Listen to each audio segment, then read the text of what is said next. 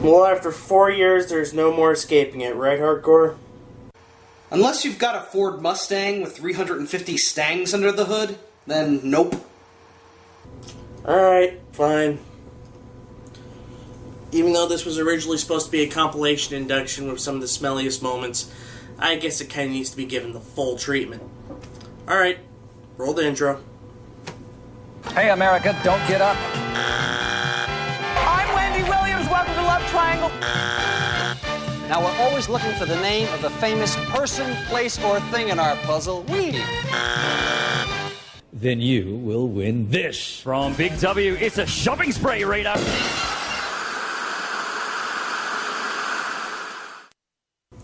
And welcome everybody to Game Show Garbage. I'm Robert Seidelman. And I'm the hardcore kid. Hardcore enough to review kid stuff. Now get to it, chubby.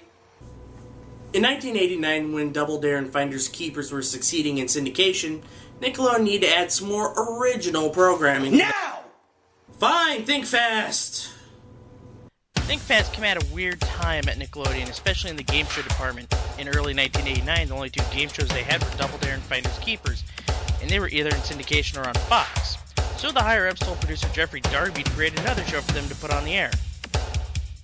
And so, in a short matter of time, we're given Think Fast, a show that mixes all the physical challenges of Double Dare together, but this time, the stunts have more of a mental challenge to them instead of the physical matter of Double Dare's challenges. However, that's pretty much the high point of the show, since most of the time, nobody knows what's going on, not even the hosts.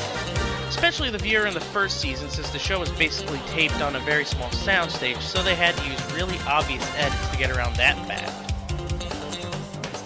Where the heck are they filming this? A broom closet or a shoebox?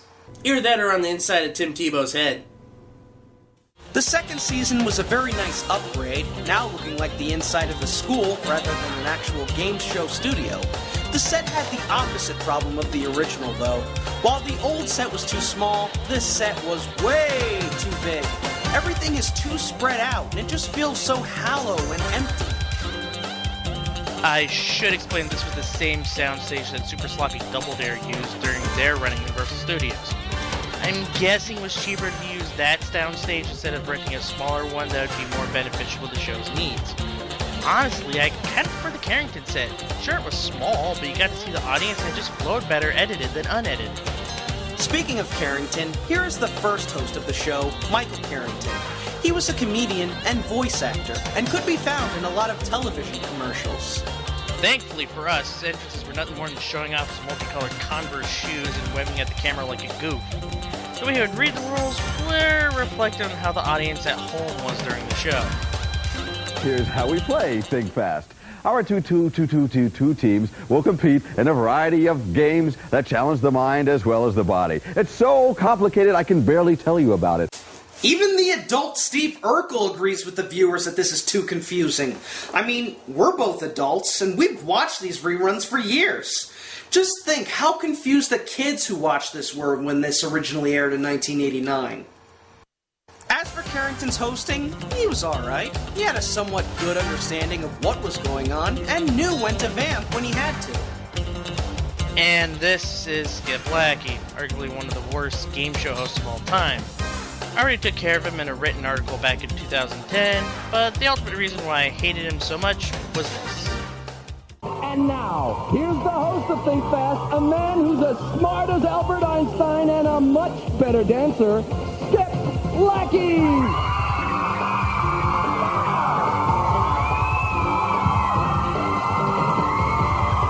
Oh, doing the bug! Oh, welcome everybody, welcome to Think Fast. All right, how you guys doing today? Let's hear it! Yeah! And thank you, Henry J., for that wonderful introduction. I just had to give a little do in the butt to show you that I can dance.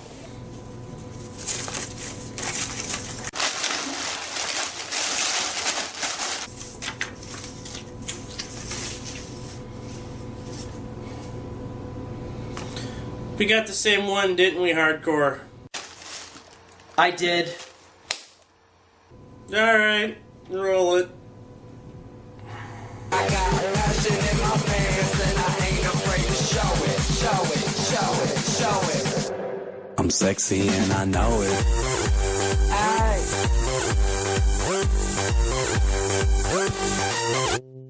Wiggle, wiggle, wiggle, wiggle, wiggle, yeah. Wiggle, wiggle, wiggle, wiggle, wiggle, yeah.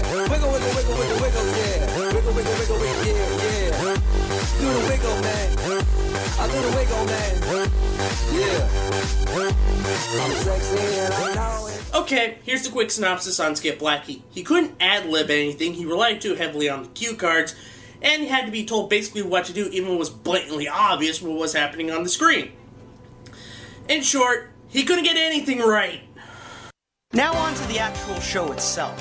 Instead of watching the second host acting like a gigantic butt dumpling, the majority of the show was spent doing stunts, or as the show calls them, events. Like if they were some big meaning to them besides being more elaborate than Double Dare stunts at the time. There are usually 5 events in a show, 6 if 2 of them go by quick.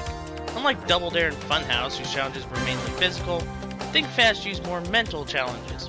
One that they loved to do involved either Michael or Skip talking to some weird individual, like Flexi, man of the future. Hang on, if he's supposed to be a man of the future, then why is he dressed up like a pilot from that crappy Thunderbirds show from England? Oh no. Ah yes, the amazing Thunderbirds. A classic show, far superior than that drivel that you consider high quality. A masterpiece of cinematography that was unjustly attacked by those miscreants on Mystery Science Theater 3000. It was glorious how those magnificent marionettes were so lifelike in their adventures against anybody who would oppose the crown in her royal majesty. Wouldn't you agree, Mr. Rubbishman? Ho-ho! You shot British guy? Well, it looks like he didn't think fast enough. As I was getting at before that British twat decided to interrupt, a good chunk of the games were some costume stagehand ringing off a cue card of their story and some interesting factoids that the contestants would have to remember. Because, after all that, Carrington or Lackey would pepper the contestants with questions relating to the drivel that they had just heard. I have to give them credit here. At least they believe that the kids don't have attention spans the size of peas, and this is actually a good use of the mental stunt. another one of the more mental stunts was the follow the pattern variety. The show at this time had 4 of them in various forms, and all the stunts were the same. One contestant either pats an uncle, puts a topping on a big bowl of ice cream, hits a button on a 10-foot tall telephone, or throws a balloon full of colored paint at their partner. Then their opponent has to pat that same uncle, and then pat another uncle, put the same topping on a big bowl of ice cream, and then put another topping on a big bowl of ice cream, hit the same button on a 10-foot tall telephone pole, and then hit another one, then hit another button, and finally throw the same balloon full of colored paint at their partner, then throwing another balloon full of colored paint at their partner. Repeat said processes until somebody screws up. My God, I mean, the paint catcher one is mildly entertaining, but the events are just boring. Hey, if I was still a kid in the 90s, I'd be waiting for Global Guts, Legends of the Hidden Temple, and Double Dare to come on. By the way, Robert, how many more varieties of stunts do we have to suffer through? Way too many. The variety is nice, but not when all the stunts are flat boring, which clearly was the producer's intentions. So far, the stunts have been unmitigated disasters. And speaking of unmitigated disasters...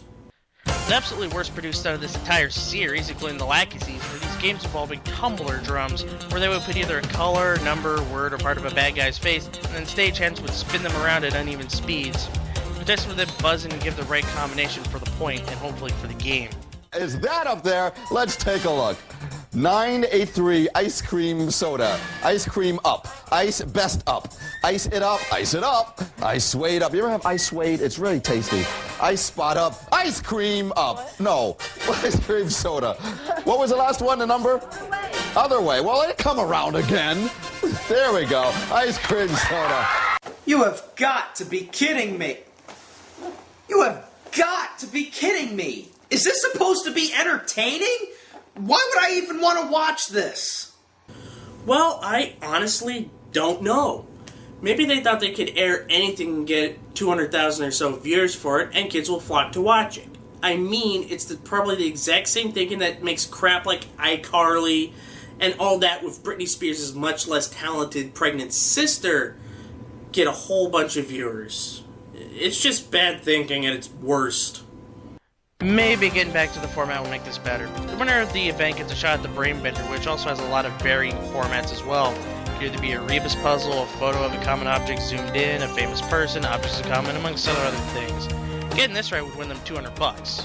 Basically, winning the Brain Bender gets you the game, which is one of the major faults of this show.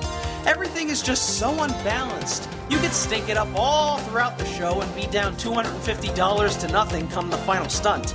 Then you win it and get the Brain Bender, and by doing mostly nothing, get to go to the bonus games and finally win some prizes.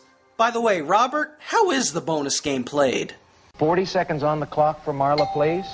Good luck. Off you go. 1, 2, No match. 4, 5, No match. 7, 1.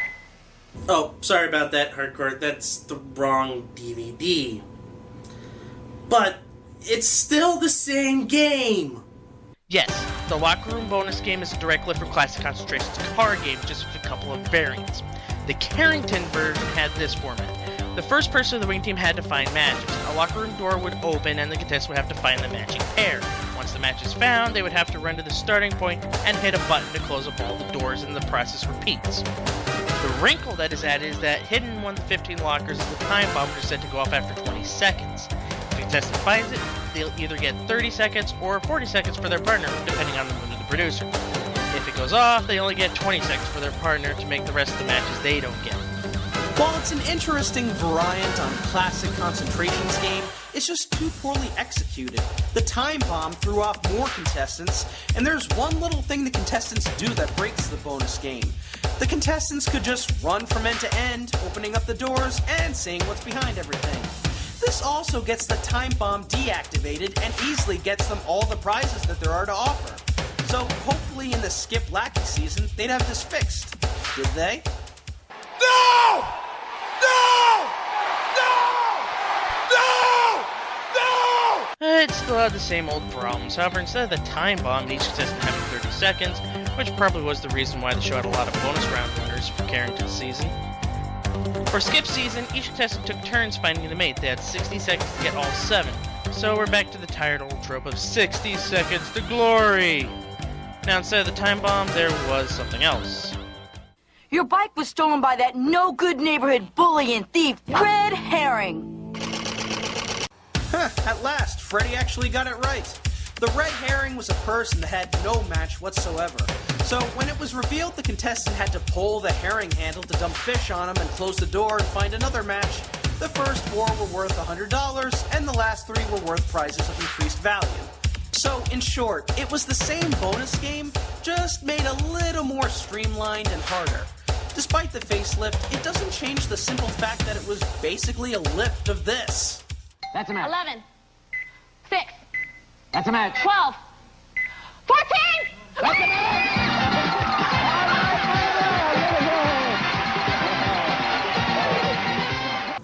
And that's Think Fast. At its core, it's nothing more than bits and pieces from Classic Concentration and Funhouse. Is it the worst game show of all time? No, not really. I mean, you saw Veer On and $1,000 B. Is it any good? I really can't say that either. Aside from the Ed Kaloff music package, which is pretty much one of the best ones he's ever done, you're just better off watching the original parts of Funhouse and Classic Concentration. I remember I got to watch a few reruns on the now defunct Nick Gas in the early 2000s, and next to Finders Keepers and Make the Grade, it was one of the shows that I frequently skipped, because I just thought it was too boring and confusing. If you want to watch classic game shows from Nick, then hey, say what I said before, watch Guts or Legends of the Hidden Temple or Double Dare, and avoid this. Don't even think about watching this. Think fast, and you may get a hardcore headache. Well, that does it for this show. I'm Robert Seidelman, and it's time for me to start working on the weenies. This is gonna suck this year. God, why does every year get worse and worse? I'm the Hardcore Kid. Until next time, peace out.